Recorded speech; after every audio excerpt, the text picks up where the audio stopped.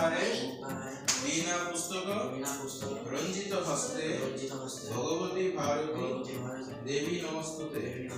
জয় জয় দেবী চরাচর সারে ভুজযোগ শোভিত।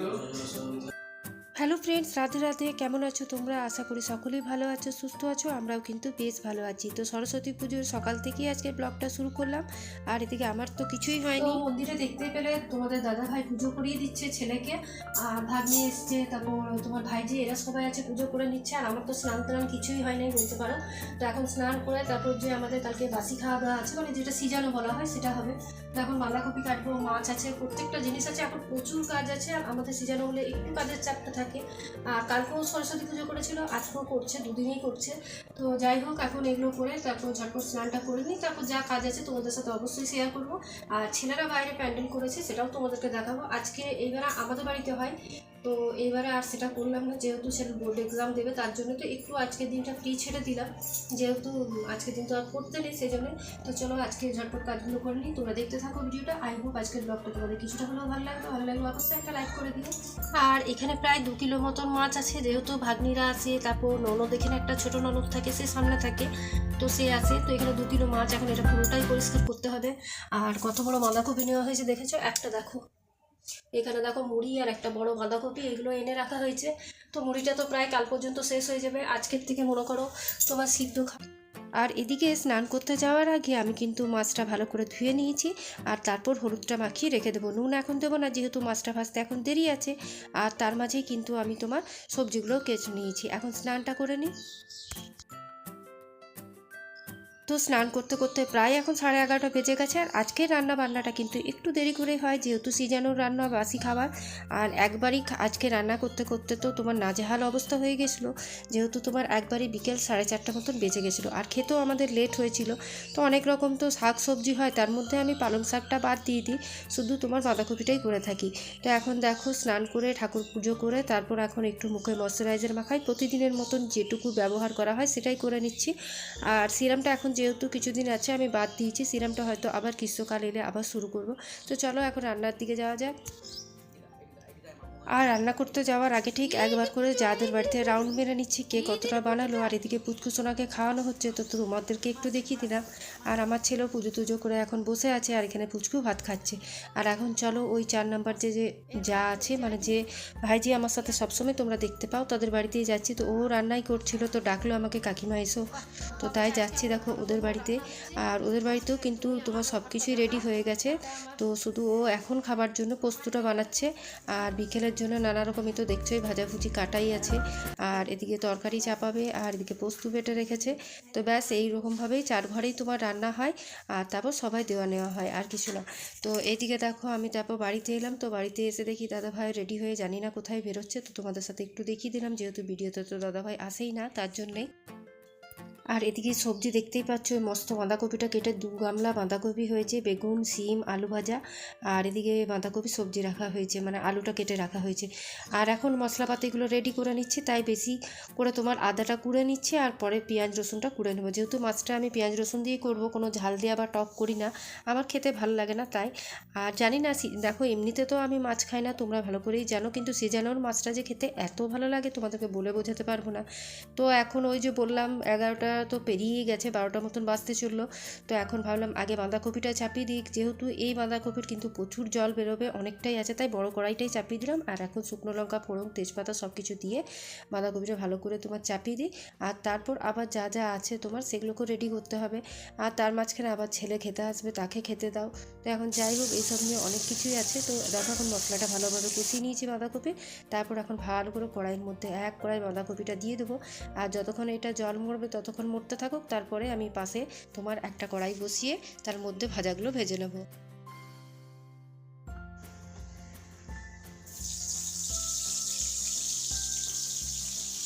তো ওই পাশে চুলোটাতে তোমার বসিয়ে দিয়েছি বাঁধাকপিটা, ওইটা জলটা যতক্ষণে মরবে ততক্ষণ এই দিকে আমার তোমার ভাজাভুজিগুলো হয়ে যাবে। তো এখন খানিকটা বেগুনও ভেজে নেবো, সিম ভেজে নেবো, একবারই সব কিছু একসাথেই করে নিই। তো ভাজাগুলো হওয়ার পর দেখো এখন মাছটাও ভেজে নিচ্ছি। আর ওই যে বললাম মাছটা তোমার আমি ঝাল দেওয়া করিনি, আমি কালিয়া করেছিলাম। তো তো প্রত্যেকটা রান্না শেয়ার করলাম না, যাদের গোটা সিদ্ধ বা সিজানো আছে তারা জানোই। তো দেখো এদিকে আমি কী কী বানিয়েছি।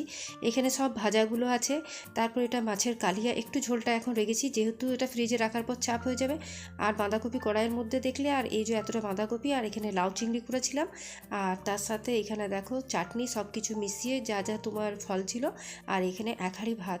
তো ব্যাস এই ছিল সিজানোর প্রস্তুতি, আর এইগুলোর সাথে শুধু সিদ্ধটা এখন বাকি আছে। তো গুড মর্নিং বন্ধুরা, এটা হচ্ছে নেক্সট ডে, সিজানোর দিন। তোমার রান্না বান্না করতে করতে এতটাই হাঁপিয়ে গেছিলাম যে আর রাতে আমি কোনো ব্লগ করতে পারিনি, আর তোমাদেরকে গোটা সিদ্ধটাও দেখানো হয়নি। তো তাই আজকে সকাল থেকে ভিডিওটা শুরু করলাম। তো এখন দেখতেই পাচ্ছ সমস্ত কাজ বলতে কিছুই নেই, কাজ বলতে আজকে শুধু ঘরে বসে বসে খাও আর ঘুমো। তো তাই ভাবলাম রান্নাঘরটা একটু পরিষ্কার করে নিই। তো এখন গ্যাস ওভেনটাকে ভালোভাবে পরিষ্কার করে নিচ্ছি, আর রান্নাঘরে কিছু টুকিটাকি জিনিস আছে যেগুলোকে আজকে তোমার নামিয়ে আমি ভালোভাবে পরিষ্কার করবো। তো কাজ না থাকলেও দেখবে একটা বিরক্তি ভাব লাগে, তো কিছুই কাজ নেই বলে কী করব বুঝে পাচ্ছিলাম না। তো ছেলে এদিকে পড়ছে আর আমিও কাজ খুঁজে পাচ্ছিলাম না, আর বসে বসে গল্প করে ফোন দেখে কতই সময় বা কাটবো সেটাও ভালো লাগছিল না। তো তাই রান্নাঘরটাকেই পরিষ্কার করতে চলে এলাম। তো দেখো গ্যাস ওভেনটা ভালোভাবে পরিষ্কার করে কাউন্টার টপটাকেও ভালোভাবে পরিষ্কার করে নিলাম। আর এখন এই যে দেখছো আমার সব থেকে প্রিয় জায়গা আমার এই র্যাকগুলো। তো আজকে এই র্যাকের যে কিছু মানে তোমার কন্টেনার আছে যেগুলো আমি কিন্তু ধোয়ার জন্য রেখে দিয়েছি, আর যেগুলো তোমার পরিষ্কার আছে সেগুলো আর নামালাম না, মানে ধোবো না। তো এখন র্যাকগুলোকেই ভালোভাবে পরিষ্কার করে নেবো, তারপর জায়গার জিনিস আবার জায়গায় গুছিয়ে রাখবো। আর আজকে সকাল তোমার 5:30টায় ওঠা হয়ে গেছে, আর উঠেই তারপর তোমার ষষ্ঠী পুজোর জোগাড়, যেহেতু ষষ্ঠী তোমার 7:30টা নাগাদ ছেড়ে যাবে, তাই সকাল সকাল স্নান করতে হবে। আর স্নান তো আমাদের ঠান্ডা জলেই করতে হয়।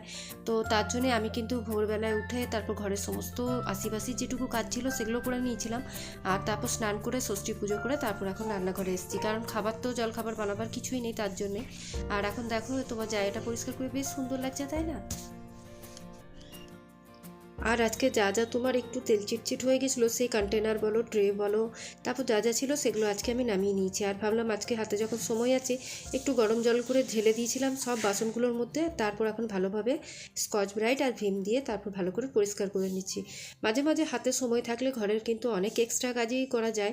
এর সাথে কিন্তু আমি ছোট রুমটা যেটা আছে সেটাকেও আজকে ঝেড়ে মুছে নিয়েছিলাম, ভালোভাবে পরিষ্কার করেছিলাম। সেটা তোমাদের সাথে ভিডিও করে দেখাতে পারলাম না, মানে মাঝে মাঝে কাজের চাপে জানো তো ভুলেই যায় যে ভিডিওটা অন করতে হবে। তো ঠিক সেরকমই হয়েছিল, কালকেও তোমার যখন গোটা সিদ্ধটা শেষে করেছিলাম আরও দেখাতে পারিনি, আবার আজকেও ঠিক সেই মানে করার পর মানে ছোটো ঘরটা পরিষ্কার করার পর আর আজকে সেটাও শেয়ার করতে পারলাম না। তো যাই হোক, এখন এই বাসন কটা ধুয়ে তারপর তোমার দেখা যাক কী করা যায়।